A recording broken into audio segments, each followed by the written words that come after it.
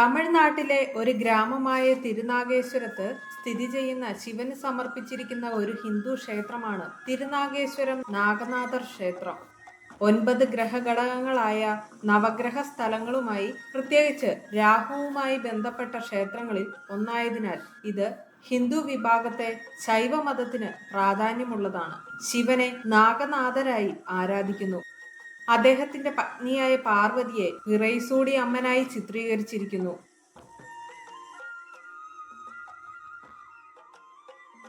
ഗോപുരങ്ങൾ എന്നറിയപ്പെടുന്ന 4 കവാട ഗോപുരങ്ങൾ ഇവിടെയുണ്ട്. ക്ഷേത്രത്തിൽ നിരവധി ആരാധനാലയങ്ങളുണ്ട്. അവയിൽ നാഗനാഥർ, രാഹു, വിറൈസൂടി അമ്മൻ എന്നിവ ഏറ്റവും പ്രധാനപ്പെട്ടവയാണ്. ക്ഷേത്ര സമുച്ചയത്തിൽ നിരവധി ഹാളുകളുണ്ട്. ഏറ്റവും ശ്രദ്ധേയമായത് നായക് കാലഘട്ടത്തിൽ നിർമ്മിച്ച അലങ്കാര പ്രവേശന ഹാളാണ്. ക്ഷേത്രത്തിൽ രാവിലെ 5:30 മുതൽ രാത്രി 10 വരെ വിവിധ സമയങ്ങളിലായി 6 ദൈനംദിന ആചാരങ്ങളുണ്ട്. കൂടാതെ 12 വാർഷിക ഉത്സവങ്ങളുമുണ്ട്. തിരുനാഗേശ്വരം സംസ്ഥാനത്തെ നിരവധി ക്ഷേത്ര നഗരങ്ങളിൽ ഒന്നാണ്. ആദിശേഷൻ, തക്ഷകൻ, കാർക്കോടകൻ എന്നിവരുൾപ്പെടെ നിരവധി സർപ്പം ഈ സ്ഥലത്ത് ശിവനെ ആരാധിച്ചിരുന്നു. ഇത് തിരുനാഗേശ്വരം എന്ന പേരിന് കാരണമായി. ഹിന്ദു ഐതിഹ്യമനുസരിച്ച് സർപ്പങ്ങളുടെ രാജാവായ ആദിശേഷൻ ഈ സ്ഥലത്ത് തപസ്സനുഷ്ഠിച്ചു. തപസ്സിൽ പ്രസാദിച്ച ശിവൻ അദ്ദേഹത്തിന് പ്രത്യക്ഷപ്പെട്ടു. സർപ്പരാജാവിന് ശിവൻ ഒരു വരം നൽകിയതിനാൽ അദ്ദേഹത്തെ നാഗനാഥർ എന്ന് വിളിക്കുന്നു. ലക്ഷ്മി, സരസ്വതി, ഗണേശൻ, മുരുകൻ, ശാസ്താവ് എന്നീ ദേവതകളോടൊപ്പം ശിവനെ ആരാധിക്കുന്നതായി വിശ്വസിക്കപ്പെടുന്നു. ദേവി സ്വയംഭൂ ആണെന്ന് പറയപ്പെടുന്നു. അതിനാൽ അഭിഷേകം നടത്തുന്നില്ല.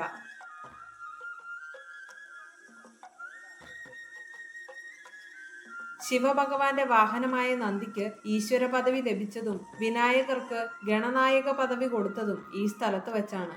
ഈ ക്ഷേത്രത്തെ പറ്റിയുള്ള ഐതിഹ്യങ്ങൾ ഇങ്ങനെയാണ്. പാലാഴി മദന സമയത്ത് വേഷം മാറി വന്ന് അമൃത് ഭക്ഷിച്ച അസുരനെ മോഹിനി രൂപത്തിൽ ഭഗവാൻ മഹാവിഷ്ണു സുദർശനം ഉപയോഗിച്ച് 2 കഷണമാക്കി. അസുരന്റെ തല വന്നു വീണ ഭാഗമാണിവിടെ. തന്റെ തെറ്റിൽ പശ്ചാത്തപിച്ച് ശിവഭഗവാന് തപസ് ചെയ്തു. അസുരന് ഭഗവാൻ മോക്ഷം കൊടുക്കുകയും നവഗ്രഹ പദവി കൊടുക്കുകയും ചെയ്തു. ശിവഭഗവാനെ എന്നും പൂജിക്കണമെന്ന ആഗ്രഹത്തോടെ രാഹു തന്റെ ഭാര്യമാരോടുകൂടി ഇവിടെ വസിക്കുന്നു എന്നാണ് ഐതിഹ്യം.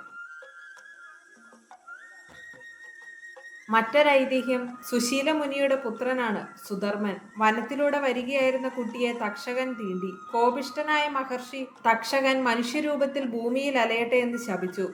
കലിശമുനിയുടെ ഉപദേശപ്രകാരം തക്ഷകൻ ചെമ്പകാരുണ്യത്തിലെത്തി സ്വയംഭൂവായ ശിവലിംഗത്തിനു മുൻപിൽ തപസ് ചെയ്തു ഭഗവാനെ പ്രത്യക്ഷപ്പെടുത്തി ശാപമോക്ഷം നേടി. വേറെ ഒരു ഐതിഹ്യം ഇങ്ങനെയാണ്. ഭൃംഗിമുനിയെ കുറിച്ചുള്ളതാണ്. ശിവഭഗവാനെ മാത്രമേ പൂജിക്കൂ എന്ന വാശിക്കാരനായിരുന്നു ഭൃംഗിമുനി. കൈലാസത്ത് വെച്ച് അദ്ദേഹം ശിവഭഗവാനെ മാത്രം പൂജിച്ചപ്പോൾ പാർവതി ദേവി ശിവഭഗവാന്റെ തിരുശരീരത്തിൽ തനിക്കും സ്ഥാനം വേണമെന്ന് അഭ്യർത്ഥിച്ചു. ഭഗവാൻ സമ്മതിച്ച് അർദ്ധനാരീശ്വരനായി. അപ്പോഴും ഒരു വണ്ടിന്റെ രൂപത്തിൽ ശിവഭഗവാന്റെ ശരീരം തുളച്ച് ഭൃംഗിമുനി ഭഗവാന് മാത്രം പ്രദക്ഷിണം ചെയ്തു. കോപിഷ്ഠയായ പാർവതി ദേവി തന്റെ അംശമായ ശക്തിയെ ഉപയോഗിച്ച് മുനിയുടെ മജ്ജയും മാംസവും എടുത്തു. അസ്ഥികൂടമായ മഹർഷി എന്നിട്ടും പതുക്കെ പതുക്കെ ഭഗവാൻ മാത്രം പ്രദക്ഷിണം വെച്ചു. തന്റെ ഭക്തനെ ഇങ്ങനെ കഷ്ടപ്പെടുത്തുന്നത് കണ്ട ശ്രീ പരമേശ്വരൻ പാർവതി ദേവിയെ കുറച്ചുകാലം ഭൂമിയിൽ വാഴാൻ ഉത്തരവിട്ടു. പിന്നീട് മധുരയിൽ വെച്ച് വിവാഹം ചെയ്തു കൊള്ളാമെന്നും പറഞ്ഞു. പാർവതിയോടൊപ്പം ലക്ഷ്മി ദേവിയും സരസ്വതി ദേവിയും ഭൂമിയിൽ അവതരിച്ചു. അവർ ചെമ്പകാരുണ്യത്തിലെത്തി സ്വയംഭൂവായ ശിവലിംഗത്തിൽ പൂജിച്ചു. അങ്ങനെ ഭഗവാന് ചെമ്പകാരുണ്യേശ്വരൻ എന്ന പേര് ലഭിച്ചു. ഒരു ഹിന്ദു ഇതിഹാസം അനുസരിച്ച് ഗൗതമ മഹർഷി ഇന്ദ്രൻ തന്റെ ഭാര്യയായ അഹല്യയോട് മോശമായി പെരുമാറിയതിനാൽ ശപിച്ചു. മുനിയുടെ ശാപത്തിൽ നിന്നും മോചനം നേടാൻ ഇന്ദ്രൻ ഗിരികുജാംബികയെ 45 ദിവസം ആരാധിച്ചു എന്ന് പറയപ്പെടുന്നു. കുംഭകോണത്തിന് ചുറ്റുമുള്ള 5 ആരാധനാലയങ്ങളിൽ അമൃതിന്റെ തുള്ളികൾ വീണതായി വിശ്വസിക്കപ്പെടുന്നു. കുംഭകോണത്ത് നിന്ന് 5 കിലോമീറ്റർ അകലെയും തഞ്ചാവൂരിൽ നിന്ന് 47 കിലോമീറ്റർ അകലെ തിരുനാഗേശ്വരത്താണ് ഈ ക്ഷേത്രം സ്ഥിതി ചെയ്യുന്നത്.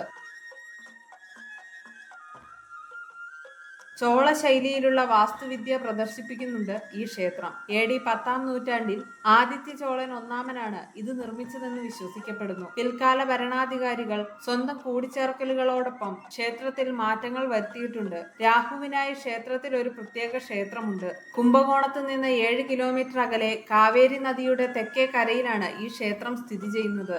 നാഗനാഥസ്വാമി, പിരായണി അമ്മൻ, ഗിരികുജാംബികെ, രാഹു എന്നിവർക്ക് പ്രത്യേക ആരാധനാലയങ്ങൾ ക്ഷേത്രത്തിൽ ഉൾപ്പെടുന്നു.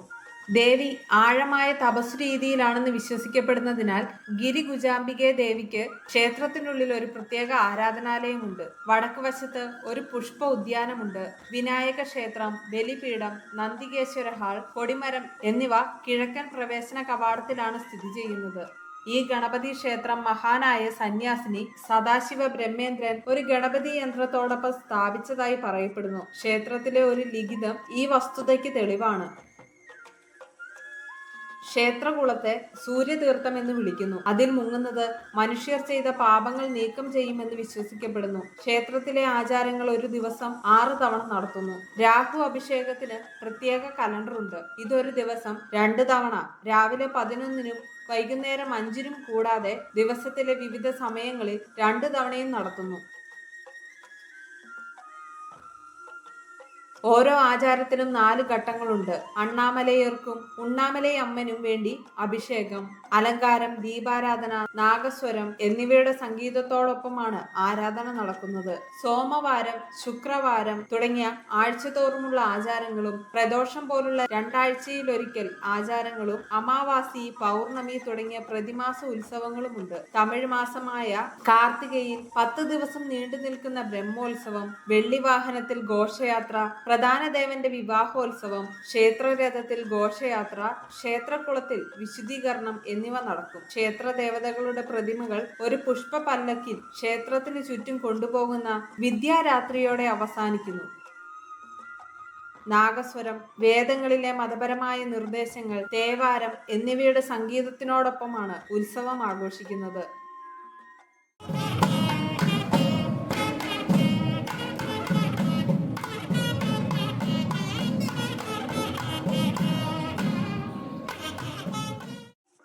എല്ലാ വർഷവും ഒക്ടോബർ അല്ലെങ്കിൽ നവംബർ മാസത്തിൽ 6 തവണ സ്കന്ദഷഷ്ഠി ഉത്സവം ആഘോഷിക്കുന്നു. ശിവന്റെ മകനായ മുരുകൻ പ്രതീകാത്മകമായി സൂരപത്മ എന്ന അസുരനെ കൊല്ലുന്നു. ഉത്സവവേളയിൽ ക്ഷേത്രത്തിന്റെ തെക്കേ തെരുവിലാണ് ഈ രംഗം അവതരിപ്പിക്കുന്നത്.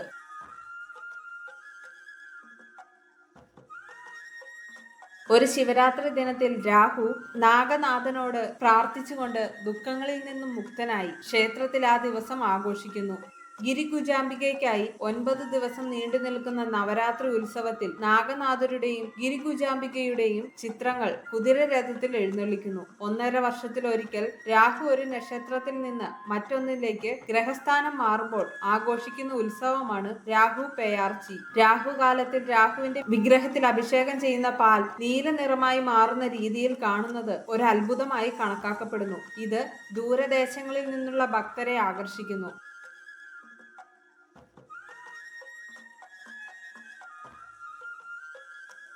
സർപ്പദോഷം അല്ലെങ്കിൽ ദോഷഫലങ്ങൾ മൂലം ബുദ്ധിമുട്ടുന്ന രാഹു, കേതു തുടങ്ങി നിരവധി സർപ്പദേവതകൾ ഈ ദേവനെ ആരാധിക്കുന്നതായി വിശ്വസിക്കുന്നു. ഹിന്ദു വിശ്വാസം അനുസരിച്ച് സർപ്പദോഷം അല്ലെങ്കിൽ ദോഷഫലങ്ങൾ മൂലം ബുദ്ധിമുട്ടുന്ന ആളുകൾ രാവിലെ കുംഭകോണം നാഗേശ്വർ, ഉച്ചയ്ക്ക് തിരുനാഗേശ്വരം നാഗനാഥർ, വൈകുന്നേരം തിരുപ്പാമ്പുരം പാമ്പുരേശ്വർ, രാത്രിയിൽ നാഗൂർ നാഗേശ്വരർ അല്ലെങ്കിൽ നാഗനാഥർ ക്ഷേത്രം എന്നിവിടങ്ങളിൽ ഒരു ദിവസം പ്രാർത്ഥനകൾ അർപ്പിച്ചുകൊണ്ട് ആശ്വാസം നേടുന്നു. ശൈവ പ്രമാണത്തിൽ പരാമർശിക്കപ്പെടുന്ന 275 ക്ഷേത്രങ്ങളിൽ ഒന്നായ പാടൽപെട്ര സ്ഥലം എന്നാണ് ഇതിനെ തരംതിരിച്ചിരിക്കുന്നത്. ജില്ലയിലെ ഏറ്റവും കൂടുതൽ ആളുകൾ സന്ദർശിക്കുന്ന ക്ഷേത്രങ്ങളിൽ ഒന്നാണിത്. കാവേരി നദിയുടെ തീരത്ത് നിർമ്മിച്ച ക്ഷേത്രങ്ങളിൽ ഒന്നായി ഈ ക്ഷേത്രം കണക്കാക്കപ്പെടുന്നു. ശിവഭഗവാന്റെ എല്ലാ അനുഗ്രഹങ്ങളും എല്ലാ ഭക്തർക്കും ഉണ്ടാകട്ടെ എന്ന് പ്രാർത്ഥിച്ചുകൊണ്ട് ഋഷികേശം അടുത്ത പുണ്യഭൂമി തേടി യാത്ര തുടരുകയാണ്.